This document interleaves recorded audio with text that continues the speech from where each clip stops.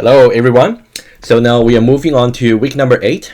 Before I start talking about your work items and also learning objectives for this week, I would like to speak a little bit about your programming test number 2. I could see some number of you actually express your concern over the course forum. I read them all, and then thank you for expressing your thoughts. And I already responded to the entire class about my position and my thoughts. So let me just remind you very quickly. I don't need to repeat it, and then I will just tell you what I'm going to do. Okay, to hopefully address some of your concern. However, there will be some work that you have to do as well, not just from my side. Okay. So this will be my response over here. I'm sure most of you have already seen this, right? If you haven't, I will encourage to maybe read it over just to know about what your instructor is really expecting from you, right? I don't think it's really unreasonable expectation given that you are entering the second year very soon, all right? Read it over, and then at the end, at least there's one thing I can do, which is to maybe to help you get prepared for your next 2 programming tests better. However, I would like to say something about the lectures and tutorials. Since we only got about 2 hours for lectures and also 2 hours for the tutorials, and I cannot assume too much about the background for everybody, so I cannot cover very difficult stuff for the lectures and tutorials. So for those of you who actually thought just studying the lectures and tutorials alone, maybe just by going over the videos, cannot really prepare you well for the test. It might be true to some extent. However, I would say beyond the preparation test I gave to you, and also beyond the lectures and tutorials, you really ought to maybe think a little bit more deeply about the subjects, about how to manipulate the array, how to manipulate the objects, and etc. So I would say tutorials and lectures are really just to build a foundation out of you, but to really be able to solve new problems for the tests, not just for this course, but also for other subsequent CS courses as well, which will be more difficult than this course for sure. I would say beyond studying just your instructors, lectures and lectures and tutorials, you really ought to maybe try to find some resources to really do some extra problems yourself. I think that'll be a little bit more robust, attitude to really help yourself, right? That's my humble opinion, humble advice for you, right? Take it or not is up to your choice, all right? Apart from this, of course, in the coming week, I'm going to release some harder practice tests for your programming test number 3. As I promised, I'll do that. However, I would like to just spend a little bit of time over here pointing you 2 references which might help you actually do some extra practice. And if when you do the extra practice, you're always welcome to come to me. If there's any extra hard problem which you cannot solve, you're welcome to discuss with me either in the Q&A or maybe during the office hour. That's really those hours are meant for, rather than just asking some questions just related to the slides, right? I know it might be a little bit late to really mention this because I thought you would have understood that, but it's okay. It's never too late to start with something, right? Okay, number 1, I would like to talk about for arrays and loops.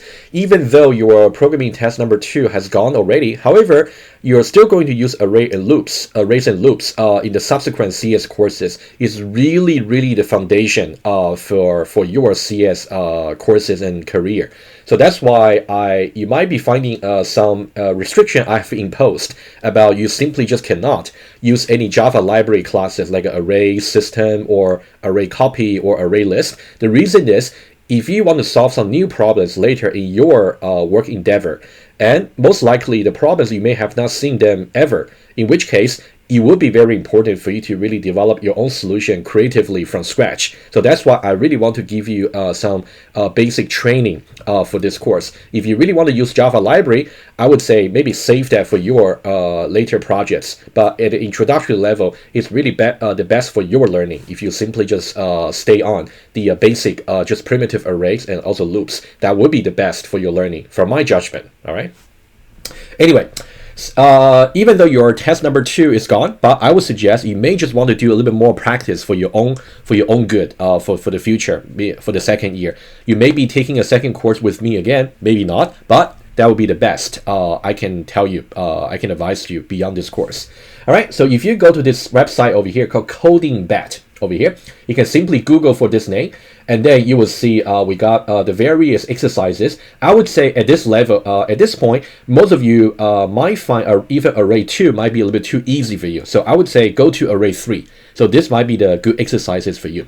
And for those of you, we don't really cover recursion in this course, but for those of you who learn a little bit about recursion in your 1012 or 1015, I would suggest maybe try them out as well. If you want to discuss them with me, even though it's outside the scope of this course, I'll be happy to. Right? It's up to you.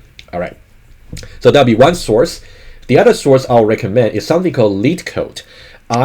I'm personally a member. I registered as a member for this website over here because they got many valuable interview questions from Google, from Microsoft, from Amazon, the good companies about interview questions. You don't really have to subscribe in order to get access to some basic resources, I don't think, but you can give it a try. You can explore yourself a little bit. For example, if you simply go to Explore over here and maybe go to, let's say, questions. And then you can see they got different categories of questions. But I think if you simply for example, right away, you can see some basic question over here, to sum, add two numbers, and etc. Right? So those will be the an bounded list of resources they can actually find over here. And I would suggest maybe after you have finished all the problems for coding that, LeetCode will be a nice website to have. There might be certain questions which they simply lock the access maybe for members only, but it will be up to you if you want to really subscribe for this website here. You have no you are not obliged to really subscribe to it, just like a link for resource for you. All right, so that's enough about test number 2. As I said, I do have some high expectation from my students always. You may not like it for now, but I really hope that can push you a little bit to really do as much study and understanding as possible. That's just my style. All right. Okay, let me talk about week number 8 quickly. All right. For week number 8, I was thinking that I can finish the topics about classes and object. However, once I reach the 2 hours limit, I gotta stop. I don't want to create any extra workload for you. So I would say for this week, we can finish mostly everything except for 2 topics. So one is about static variables, and the other one is about helper methods. So these are relatively small topics, which I will talk about in your week number 9, together with the introduction to two-dimensional array. That's what I will do next week. Okay, for this week, let's go over very quickly. For your week number 8, we're going to talk about basically various topics. We're going to talk about data types. So this will be our last revisit to this particular topic about data types. So we're going to talk about primitive versus reference type, right? Some of you already asked me the difference between these two in the Q&A. So this will be another systematic and formal discussion event. I would say pay attention to this video here. The notion about data type is so crucial for your understanding for programming, not just for this course, but also for subsequent courses as well.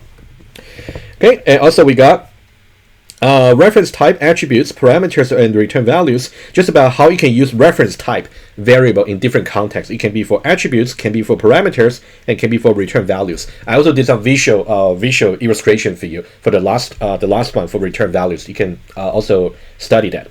And this is the written notes that I have distributed to you, also in the tutorial video. It's about the point collector tester, about how you can declare an array, an attributes of type array of points, and how you can manipulate it. Right? So that's something I just want to visualize a little bit more. So this can essentially complete or complement the written notes, especially I visualize about how you can compute the get points in quotient 1. So that's the method you actually read in the notes, but I also try to visualize its computation. So hopefully this can also help you to achieve complete understanding. All right, and also we talk about some very handy notion about anonymous objects, simply just objects without any name. All right, and also we got more advanced use for this keyword. Basically, whenever you got some variable assignments, right, the right-hand side over here can just be this, rather than this dot something, right? That's something you can see some useful application as well, right? I'll leave you to study that. And the last one is so crucial over here, using the dot notation to navigate classes. This is to say, if you got multiple classes in your projects and they might be related to each other, by declaring in one class the type of the other class, right? Either single referenced or multi-referenced. So that's something you can go over about using, if you got some expression, something dot something dot something, and then array some indexing notation dot something, right? That's the general form. So I spoke about it in detail with examples over there. Okay, that's really important for you to grasp for OOP. All right, and then you can refer to the iPad notes as always. And for this week, we're actually going to need you to study about week number 8, right? So week number 8 tutorial videos have been distributed actually this time earlier. So it's been maybe the past Tuesday I already released it. So you want to make sure you catch up with the video. So week number 8 will also be required for your lab number 6, which is due in the coming week, right? And about the slides is going to be from 49 to 67. However, you want to make sure you actually re-download the version. It's been updated since March 7th. Well, I mean the release date for the slides. And post your question on the Google Doc. And then I also uploaded the source code about more examples over there, so you can also update, re-download the source code. And then for the required notes, again, really important to study this note over here. I have been referring to this particular point collector tester notes for a long time, right? So hopefully you got a chance to study that. Some of you actually very nice. They actually studied my notes very carefully. They actually found some typo, which is embarrassing to myself, right? It's a typo, very nice typo, and I fixed them already. So if there's some forum discussion about it, you can refer to it, okay? And also, we got the extra video if you want to study for extra example for OOP, right? The Winter 19 tutorial videos as usual. All right. So that's about the work item for this week. Let's talk about very quickly about the learning objectives. Okay. As I said, we talk about data types. Okay, and also reference type, either attributes, parameters, or return values, right? So these are the 3 contexts. Okay. And so this will be very important because later on, not just for this course, but later on, once you want to develop your experience for OOP later, you always want to think about where you can declare reference type variables, either for attributes or for parameters or for return types, right? So that's why I wanted to speak about it. And also the written notes about the multi-valued using primitive array, right? Primitive array. And then we got anonymous objects and also the use of this keyword, right? So these are the 2 topics. And also how to use a dot notation to navigate between classes, right? You will see the concrete example over there. So what will be the milestone for week number 8? Your programming test number 3 will be happening in week number 9, right? So I have already released the preparation guide, but I will give you some, hopefully I'll give you some harder practice test as I promised. Hopefully that can help you getting better expectation and also preparation for your coming test. And you want to complete lab number 6, which is required by your programming test 3. So as soon as the due date is actually expired for lab number 6, I will release the solution as well for your study. All right, week number 8, Java tutorial videos and also lecture number 8. Okay. And also the written notes, really important for this, right? So this is actually going to be assumed that you already studied this for the coming programming test and also the written test. Extra practice, you can study the video, okay? I believe for the video over here, also from 39 to 46, right? Maybe here this is a little bit outdated, but I think 39 to 46 you can also do them. All right, so that's about this week for week number 8. And we are basically moving to the last quarter, or last 1/3 for the course. And things will move even faster. And then we still got, after the OOP introduction, I think we cover many important basic details, in the tutorial videos and also in the lectures. So I think if you study them thoroughly, it will definitely make your life easier for sure. For the second year, it will definitely benefit for sure.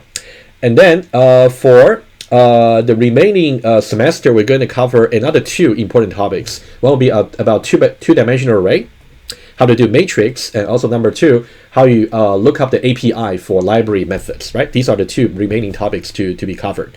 All right. That's about it. Okay, off you go. I do encourage you to do some extra practice yourself by going to the coding bed or the the leak code which I just referred to you, right? If you got any problem, as usual, get in touch with me, and then I'll be happy to help. All right, take care.